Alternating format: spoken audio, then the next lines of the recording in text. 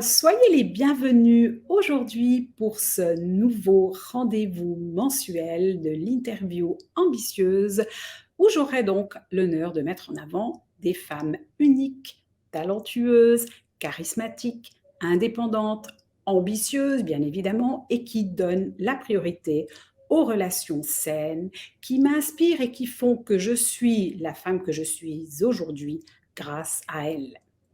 Je suis Cathy Locher, née à Zurich, originaire donc du Valais en Suisse, maman de 2 garçons et j'habite entre Genève et le Portugal. J'ai décidé il y a un peu plus de 2 ans de donner vie à mon rêve de jeune fille et de fonder mon agence de coaching en images et en développement personnel. Forte de plus de 20 ans d'expérience de soutien aux cadres dirigeants de haut vol en Suisse, coach en développement personnel depuis plus de 14 ans, consultante en images depuis 2021, j'accompagne désormais les femmes entrepreneurs à développer leur image et leur confiance en elles pour booster leur charisme et leur business.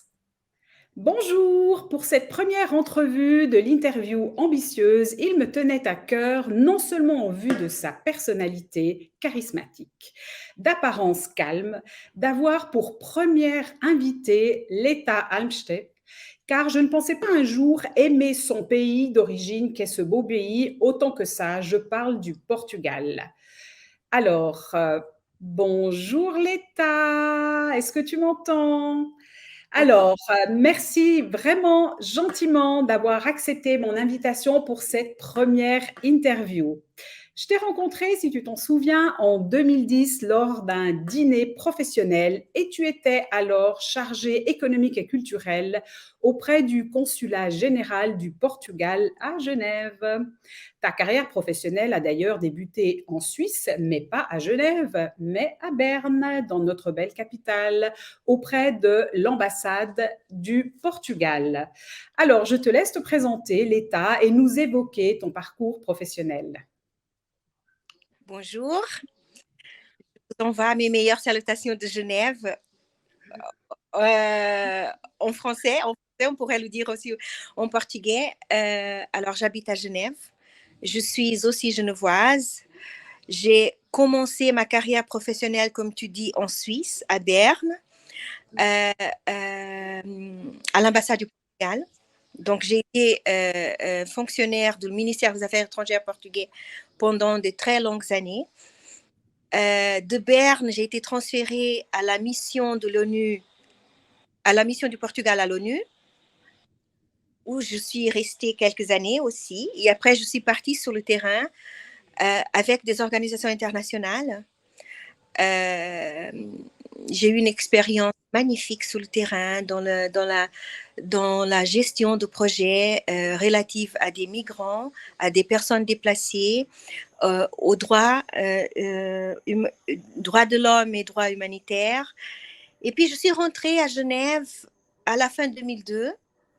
J'ai repris mon poste au ministère des Affaires étrangères et j'ai été placée au consulat du Portugal à Genève, où j'ai assumé la gestion des traductions et aussi tous les dossiers liés à la promotion économique et culturelle du Portugal en Suisse. Et ceci a été toutes mes fonctions et tous mes postes ont été des expériences très enrichissantes, très enrichissantes.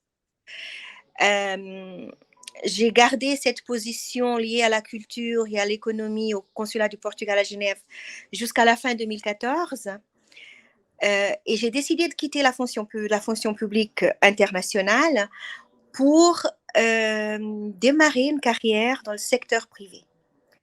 J'ai alors commencé par la promotion économique, par être consultante en affaires économiques et politiques internationales. Et c'est ce que je fais jusqu'à maintenant. Très bien, je vois. Formation académique, je dois dire que j'ai fait gestion d'entreprise à Lausanne. Ensuite, j'ai fait sciences politiques en Angleterre. Et à Genève, j'ai fait 2 masters, un master en droit de l'homme et un master en économie politique. Je suis membre des alumni de l'Université de Genève. Participe régulièrement aux événements et je vis à Genève depuis maintenant sans interruption depuis 2003. Voilà. Je vous ai dit un vrai couteau suisse, vraiment. Et c'est à travers justement toutes ces fonctions que je t'ai rencontrée donc en 2010. Je le disais en prélude, tu es une femme charismatique en fait. Quelle est la définition du charisme pour toi? C'est peut-être toi qui me vois comme ça.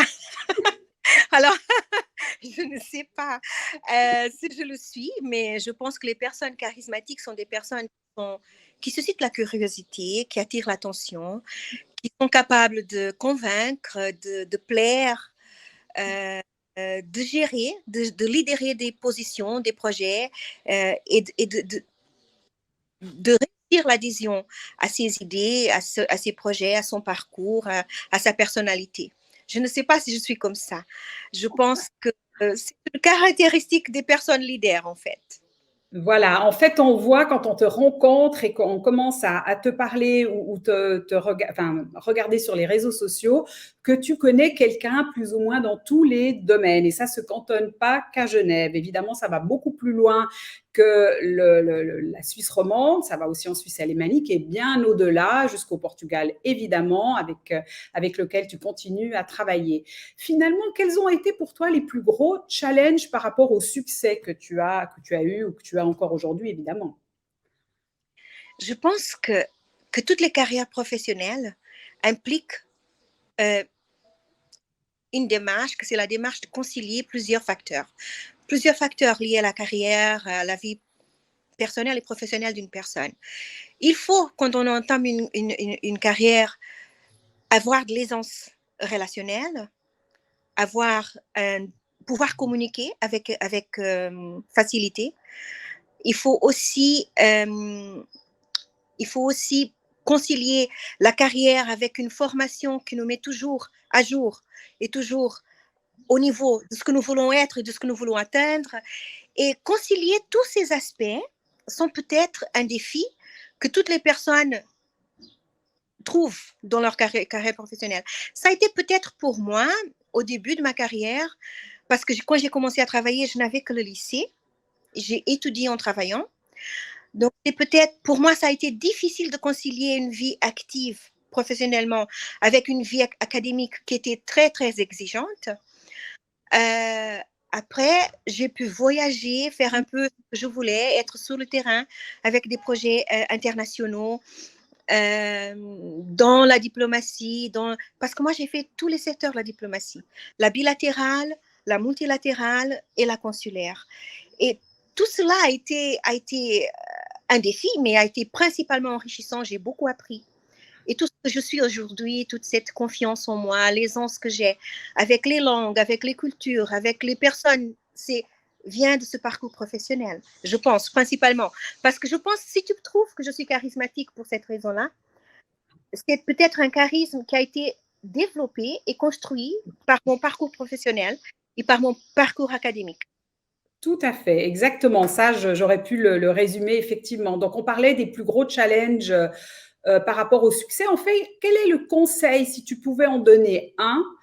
J'aimerais bien que tu nous en donnes plusieurs et puis qu'on passe des heures. Mais enfin, quel conseil donnerais-tu, s'il y en a un, aux femmes qui veulent réussir aujourd'hui? D'être déterminée, d'avoir confiance en elle, de prêter attention seulement aux opinions qui intéressent et de ne pas douter, de leur capacité, de leurs compétences, de leurs possibilités et des opportunités qui viennent. Simplement d'être elle, de s'assumer. Voilà. Moi, par exemple, je dis, beaucoup de fois, j'entends dire, il y a des femmes qui n'arrivent pas parce que ce sont des femmes. Je comprends cet argument et je suis sûre qu'il est vrai. Mais moi, dans mon parcours professionnel, à partir du moment que je montrais ce que je pouvais faire, comment j'étais, mes compétences et mon caractère, je ne me suis pas sentie limitée par le fait d'être une femme. J'ai pu avancer malgré cela. Et je pense que le conseil principal, c'est de s'affirmer, c'est de ne pas douter, c'est d'avancer. Donc voilà, là, tu as résumé un petit peu différents conseils. Je t'en remercie. Il y en avait plus qu'un, ça j'adore. Et en fait, si tu devais changer quelque chose dans ta vie, je parle surtout en particulier de ta vie professionnelle, mais la vie personnelle est aussi, fait aussi partie, hein, et vice-versa de cette vie, qu'est-ce que ce serait cette chose? Qu'est-ce que j'aurais changé de ma vie professionnelle? Tu sais que moi, j'ai décidé d'avoir des enfants très tard parce que j'ai un programme dans ma tête, dans mes plans de vie, dans mon projet de vie. Et il fallait que je fasse certaines choses du point de vue académique et certaines choses dans la vie professionnelle. Et seulement après, j'étais prête à devenir mère. Et donc, j'ai un peu calculé ce que j'ai fait. J'ai calculé le parcours. J'ai suivi un programme. Je ne sais pas si je changerais quelque chose dans ma vie professionnelle. Ce que j'aurais changé, par contre, ça aurait été de devenir mère dans un autre pays. D'accord. Parce que la difficulté majeure que j'ai rencontrée dans ma vie de femme, ça a été de concilier ma carrière professionnelle avec ma maternité qui en plus a été une maternité jumellaire. Tout à Donc, fait. ça a été très difficile de concilier cela. J'ai dû faire des choix. Euh, Après, j'ai dû changer pour aller dans le secteur privé, devenir consultante indépendante, faire les choses que je fais maintenant pour pouvoir accompagner de près mes enfants qui avaient un besoin réel de ma présence. Ça a été peut-être le plus grand défi, la plus grande difficulté. Je pense que Je me permets de t'interrompre. Est-ce que tu peux nous rappeler où est-ce que tu as eu tes enfants? En fait, ce sont des jumeaux, hein, je me permets de le dire, des jumeaux qui sont adolescents aujourd'hui, que je connais très bien. ils sont nés à Genève. Ah voilà, donc tu parles bien de la Suisse, hein, effectivement. Ils sont nés à Genève et, euh, et dans d'autres pays, les infrastructures pour la petite enfance sont plus faciles. Pour les femmes de carrière, c'est plus facile d'être mère et de continuer avec sa carrière.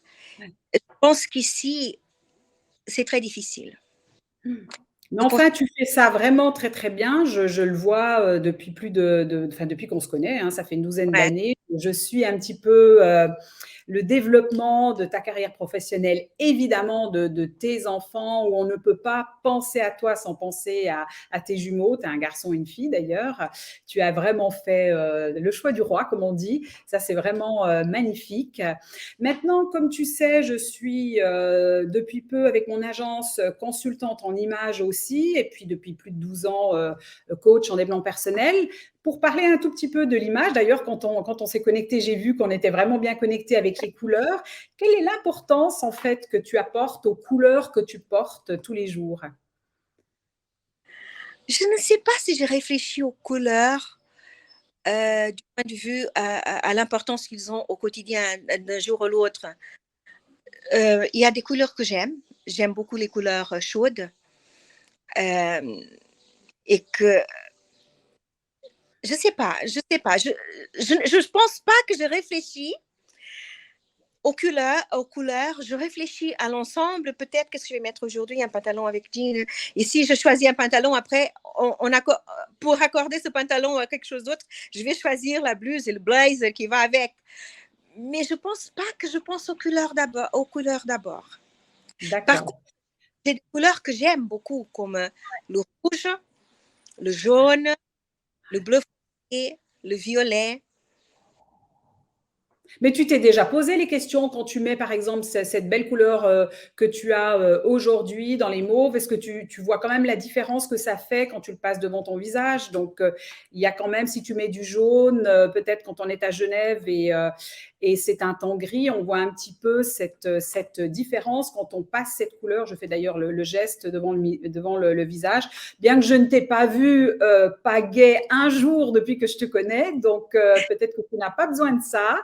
Mais tu vois quand même qu'il y a une différence, mais peut-être ça te frappe pas plus que ça. Mais moi, je te connais avec des couleurs, hein, donc voilà. Les couleurs, j'aime les couleurs. Je Ouais. pense, je pense que c'est vivant quand on porte des couleurs. Je ne suis pas pour le gris permanent, le noir permanent et des choses comme ça. Mais je ne pense pas, je ne réfléchis pas aux couleurs. Ça, c'est une chose qui est importante pour toi parce que c'est un aspect important dans ta profession, n'est-ce pas? Tout à Mais fait. je ne réfléchis pas en termes de couleurs, non. Voilà. Je prends ce que j'ai envie quand j'ai envie. Voilà, bah, c'est très bien. Continue comme ça te sied à merveille. Pour parler un tout petit peu d'autre chose, enfin toujours pour rester dans cette première impression qui est quand même celle qu'on a et qui commence évidemment aussi par la tête, par le premier aspect qu'on a quand on voit quelqu'un. Qu'est-ce que tu as comme conseil à donner aussi quand tu prends la parole devant une audience, comme j'ai pu te voir, que ce soit dans une chambre du commerce ou autre, je t'ai vu à plusieurs occasions prendre la parole. Est-ce que tu as un conseil particulier? Quelle est en fait la préparation que tu as toi-même par rapport à ça? Alors, moi, je ne prends pas la parole si je ne domine pas le thème. Je préfère écouter, me poser des questions, faire des recherches et après, je peux prendre la parole. Donc, chaque fois que tu m'as vu présenter une mission, un dossier, un thème, je l'ai beaucoup étudié avant. Voilà. J'ai besoin d'être en confiance pour transmettre ma confiance aux autres, pour convaincre, pour avoir leur adhésion à mon projet. Donc, j'étudie beaucoup. Quand je prends la parole en public, c'est un thème ou c'est un domaine que j'ai beaucoup étudié et je suis prête à répondre aux questions qui suivront. Donc, il y a bien cette préparation, c'est toujours un petit peu la même chose, hein, qu'elle soit mentale ou après, effectivement. Donc, il y a cette préparation qui est là pour quand tu interviens en guest, en fait, pour une conférence ou autre. Il y a vraiment cette préparation. Est-ce que tu as un autre conseil par rapport à ça à nous donner? Je pense qu'il faut avoir confiance en soi. Il Ouais. faut savoir que la personne face à nous est ouverte à la découverte, à la nouveauté, à ce que nous allons dire. Donc, et surtout d'être préparé, de se sentir en confiance pour transmettre cette confiance aux autres. Je ne suis pas quelqu'un qui aime beaucoup parler en public. Je fais Ouais. très attention à ça. Et quand je parle, je me prépare. Pourquoi est-ce que tu dis, si c'est pas trop personnel, pourquoi est-ce que tu dis que tu n'aimes pas trop parler en public? Qu'est-ce qui te met dans, je dis inconfort, c'est peut-être pas un inconfort, c'est peut-être une envie que tu n'as pas. Oui, c'est peut-être cela. C'est que, tu sais, je suis un rat de bibliothèque. D'accord, J'étudie, c'est je vrai. lis, je fais beaucoup de rapports et donc je Ouais. suis à l'aise. Je suis à l'aise dans la recherche, je suis à l'aise dans la synthèse d'informations, je suis à l'aise dans l'écriture aussi. Ouais. Donc là, c'est mon point fort. Parler en public, c'est quand j'ai des programmes, des projets qui me mènent à cela. Donc, c'est le deuxième aspect de mes fonctions et de mon Voilà. travail. C'est peut-être en deuxième position. Surtout parce que j'ai ce souci-là que je n'aime pas parler quand je domine pas. Alors, je suis prête à parler. Je suis très extrovertie, comme tu me connais, avec mes Oui. amis, avec ma famille. Mais quand c'est la présentation d'un thème, je prends la parole si je domine le thème. C'est pour J'ai ça que envie, en fait, de rajouter quelque chose que je ne pensais pas te poser comme question. Tu as une jeune fille adolescente, la jumelle. Qu'est-ce que tu vas lui donner ou qu'est-ce que tu lui donnes peut-être déjà, c'est peut-être un peu tôt, comme conseil justement par rapport au fait, on ne sait pas si elle va devenir entrepreneur ou pas, ça n'a aucune importance, mais elle va avoir une longue vie de femme professionnelle probablement, elle va prendre de toi, ça j'en suis convaincue, et elle a les compétences, on le sait. Qu'est-ce que tu finalement tu donnerais aussi à une jeune fille comme la tienne ou autre, comme conseil de femme pour justement être à l'aise, pour l'estime de soi que tu as énuméré plusieurs fois? alors je lui dis elle doit s'aimer, elle doit Voilà. se elle doit attendre des autres, d'être respectée par les autres, pas autre chose. Elle ne peut pas accepter des mauvaises paroles, des mauvais traitements, des comportements irrespectueux de personne. Ça, je lui dis souvent. Je lui dis qu'elle doit beaucoup étudier, beaucoup se préparer. Et elle me dit déjà qu'elle veut être entrepreneur, elle veut être designer de mode et avoir sa propre affaire. Elle a beaucoup de talent pour le dessin, pour la musique, pour les arts dramatiques aussi. Euh, on verra. Mais moi, ce que je veux, c'est qu'elle ait confiance en elle, qu'elle sache qu'elle a des compétences, des droits, des devoirs, égaux, comme tout le monde, et qu'elle soit principalement respectée par elle-même et par son entourage. Donc, je vois déjà qu'il y a cette fibre ambitieuse qui est là, évidemment, pour ta fille. En tout cas, je te remercie de nous avoir délivré ce côté-là de ta personne et un pan aussi de ta vie personnelle. C'est pas toujours évident. Je te remercie infiniment d'avoir accepté cette invitation, la première invitation de ces interviews ambitieuses et d'avoir partagé ce délicieux moment avec toi. Je vous retrouve tous donc et toutes très bientôt pour la prochaine interview d'une autre femme admirable et charismatique. Au revoir et portez-vous bien. Porte-toi bien, Léta. Au Bye revoir, bye. à très Merci beaucoup.